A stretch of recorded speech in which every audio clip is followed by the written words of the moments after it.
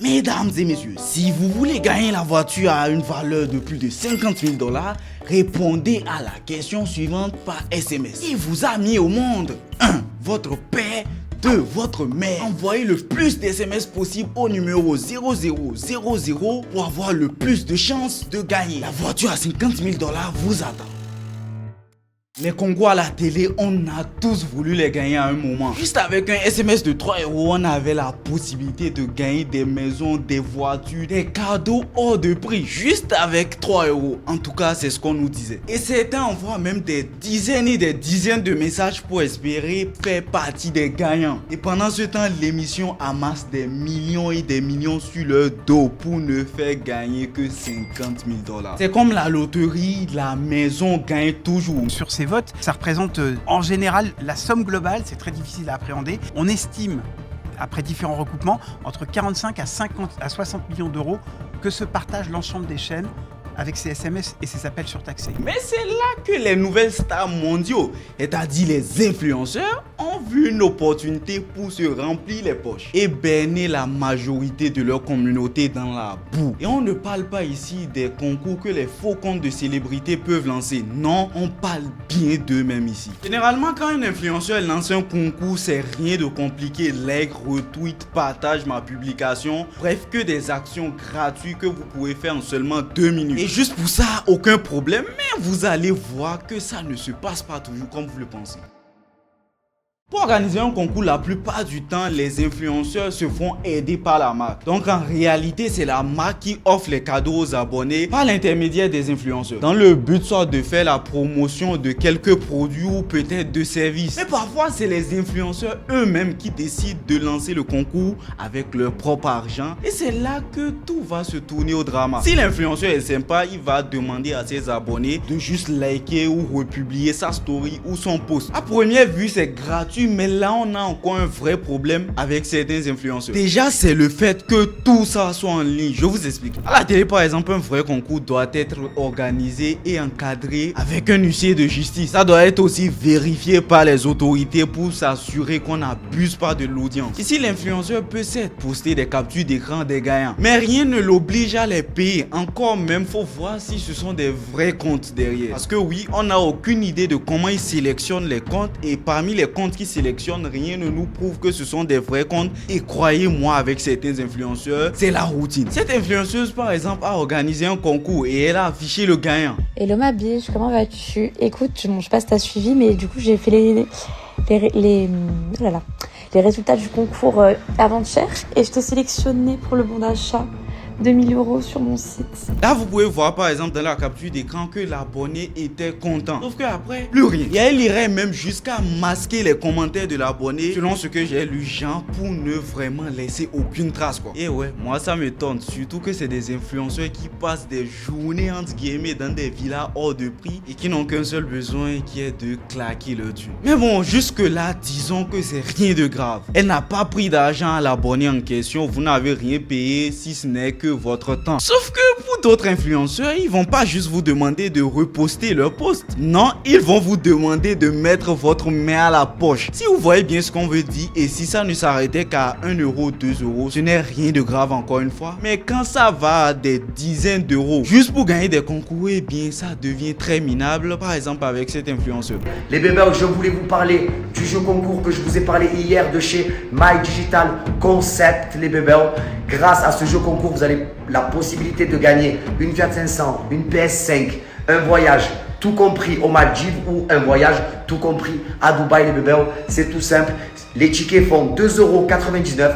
Vous pouvez acheter maximum 3 tickets, les bébés, et tout ça contrôlé par un huissier de justice, les bébés. Lui par exemple va inciter sa communauté à acheter des tickets pour gagner un concours. Et va inciter sa communauté en disant oui, il ne reste que quelques tickets, donc dépêchez-vous. Sauf que c'est clairement pas le cas. Il n'y a aucune limite et contrairement à ce qu'il dit, il n'y a aucun huissier de justice derrière. S'il y en avait réellement, eh bien ce qui se passe c'est qu'il le poste dans la vidéo, soit il donne juste le nom de l'huissier de justice. Là, il a juste dit, sauf que nenni. Ce qu'il fait est juste une loterie clandestine. Et tout ça contrôlé par un huissier de justice, les bébés.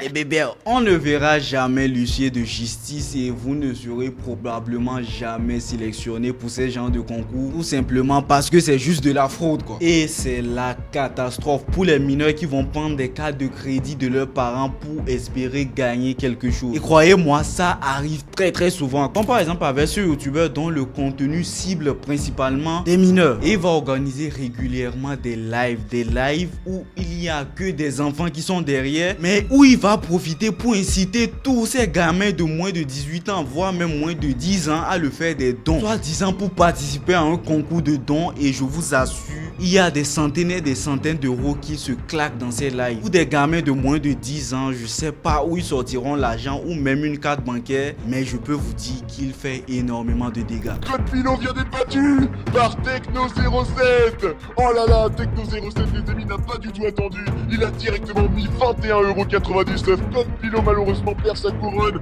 et la donne à Techno07 car oui, le top donateur, le nouveau top donateur est Techno07. Dommage Code Philo photo. Pas de là, vous commencez déjà à voir la vraie face cachée des concours en ligne. Et ce n'est que le début parce qu'à partir de maintenant, c'est catastrophe sur catastrophe qui vont s'enchaîner. L'affaire dont je vais vous parler a fait énormément de bruit sur internet, mais j'ai pris mon temps pour voir comment ça va se terminer pour en tirer des conclusions fiables. Et installez-vous, on va parler de la carte de crédit à 100 000 €.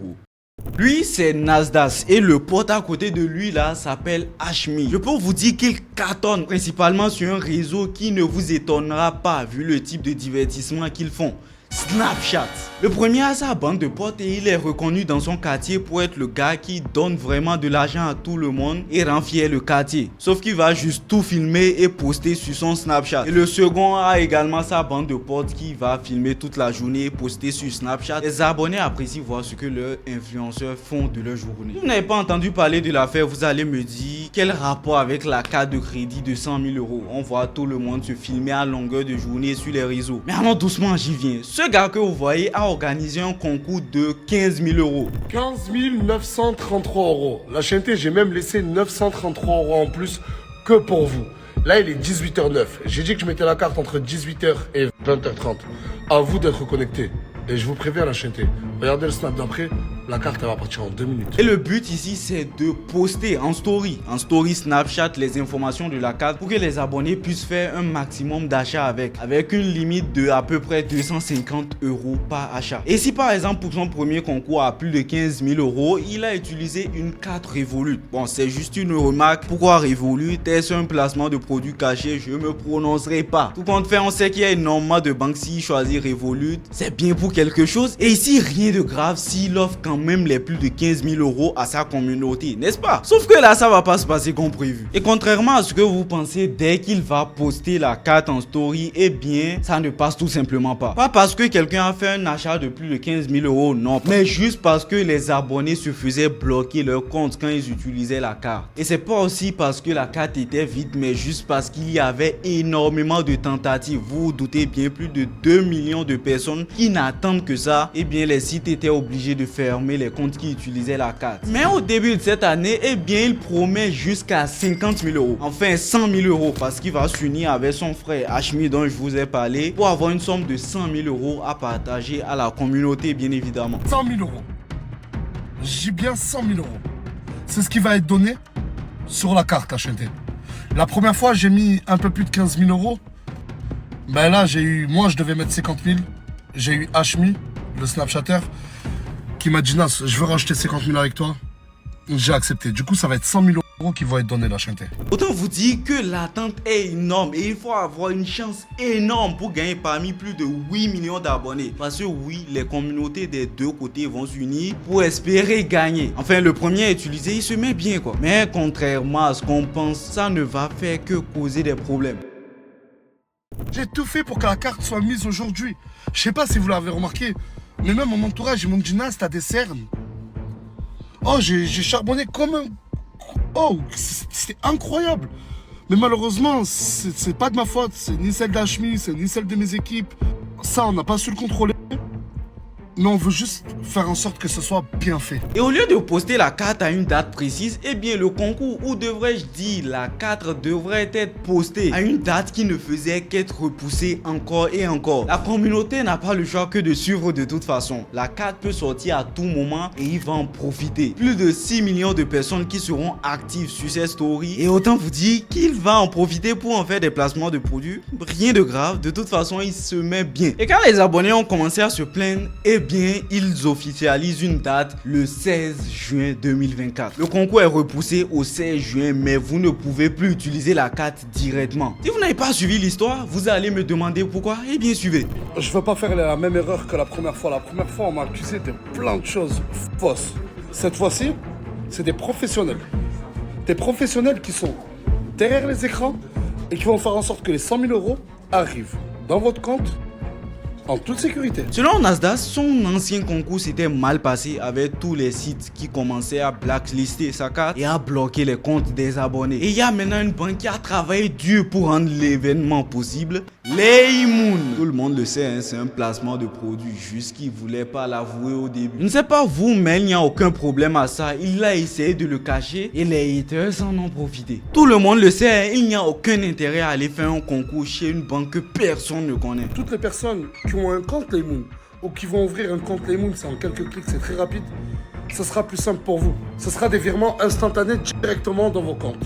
Genre, si tu arrives, tu te connectes dans mon compte, tu choisis 2500 euros, tu veux les verser dans ton compte Laymoon, ça se fera en instantané la chaîne. Bref, ce qu'il dit ici, c'est que pour profiter d'une part du gâteau, eh bien vous devez vous connecter à son compte Laymoon et transférer l'argent vers votre compte Laymoon à vous. Donc c'est clair, vous devez forcément avoir un compte Laymoon. Sachant que l'ouverture du compte va vous coûter minimum 2 euros et plus de 10 euros de frais supplémentaires. Mais ça, c'est juste pour un compte classique. Mais pour arriver à faire ce que Nasdaq vous dit, eh bien vous vous retrouvez à dépenser plus de 20 euros juste pour l'ouverture d'un compte pour participer à un concours dont vous n'avez aucune certitude de gagner. Et quand tout le monde commence à crier au scandale, eh bien il sort une petite story où il va tout simplement dire que vous n'êtes pas obligé de passer par Laymoon, mais que les gens qui le font, eh bien ils seront plus rapides. Tu prends l'argent, tu le rentres dans ton compte et t'achètes ce que tu veux. Et logiquement, si tu as un compte Laymoon, c'est plus rapide. À partir du moment où tu dis ça, frère, tout le monde veut utiliser le cheat code. Dans des millions de personnes, tu n'as aucune chance si tu n'ouvrais pas le compte Laymoon dont il parlait. Et à partir du moment où il a montré la procédure, eh bien j'avais déjà 4 potes qui étaient prêts à me remplir les poches. Quoi, j'ai aussi le droit de gagner de l'argent avec des méthodes farfelues. Il n'y a pas que vous. Vous l'aurez compris, il suffit juste de prendre votre calculatrice et de faire 25 euros pour l'ouverture d'un compte. Fois seulement 10 000 utilisateurs pour vous rendre compte que c'est au-delà des 100 000 euros et qu'il compte bien se remplir les poches juste avec ce concours là. Et à partir du moment où tout le monde a pris sa calculatrice et s'est rendu compte que c'était une grosse magouille, eh bien il a décidé de tout annuler. Et ouais frère, 25 euros pour l'ouverture d'un compte, tu abuses. Et apparemment tous ceux qui ont ouvert les comptes se sont fait rembourser. En tout cas il le dit.